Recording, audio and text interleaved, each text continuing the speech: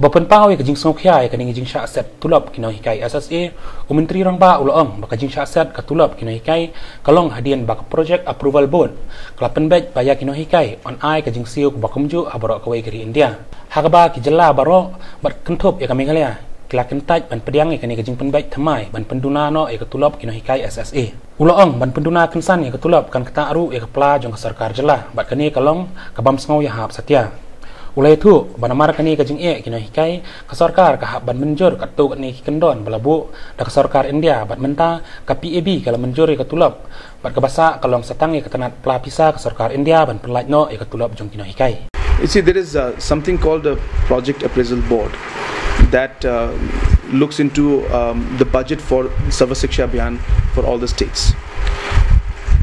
This particular year, the government of India has decided to cap the teachers of the salaries of the teachers. There are some states that are giving 28,000. There are some states that are giving 30,000. And in our state, for a particular category, we're giving 19,000 and another category 20,000.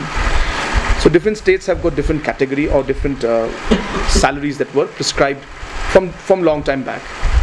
So government of India decided that well, we can't give different amounts to different states. So we are capping the entire amount at 15,000 rupees for every teacher throughout the country, irrespective of what you got last year. We're going to cap 15,000. So ours was 19,000, so they've capped it to 15,000. Some states were 28,000 and they capped to 15,000. That means 13,000 will have to be, borne by the state in one way. It was something that most of the state governments did not agree to, including our state. Simply because you could leave the salaries at the same, but bringing it down is something that is unacceptable to anybody. Faced with a situation like that, we decided not to accept the government of India's particular decision. All the states, that is not just our state. And that is the reason why we've been negotiating with them, discussing with them, and trying to ensure for the, fighting for our teachers, I should say. We've been fighting for them for the past 3-4 months. In fact, we had been fighting the past 3-4 months from March, April, May, June. And but at one point, of course, there was a lot of pressure from teachers, and it's still there, that they wanted the salaries released. We tried to explain them, but now we had no option, and therefore the state has more or less agreed to some of the terms and conditions that have been laid down by the government of India. And this negotiation is what actually took time. And this negotiation is not for the state, but it is for the teachers. So because we were fighting for the teachers' rights, and this fighting took a lot of time, and still we could not get through, and none of the state governments could get through. It's not just us.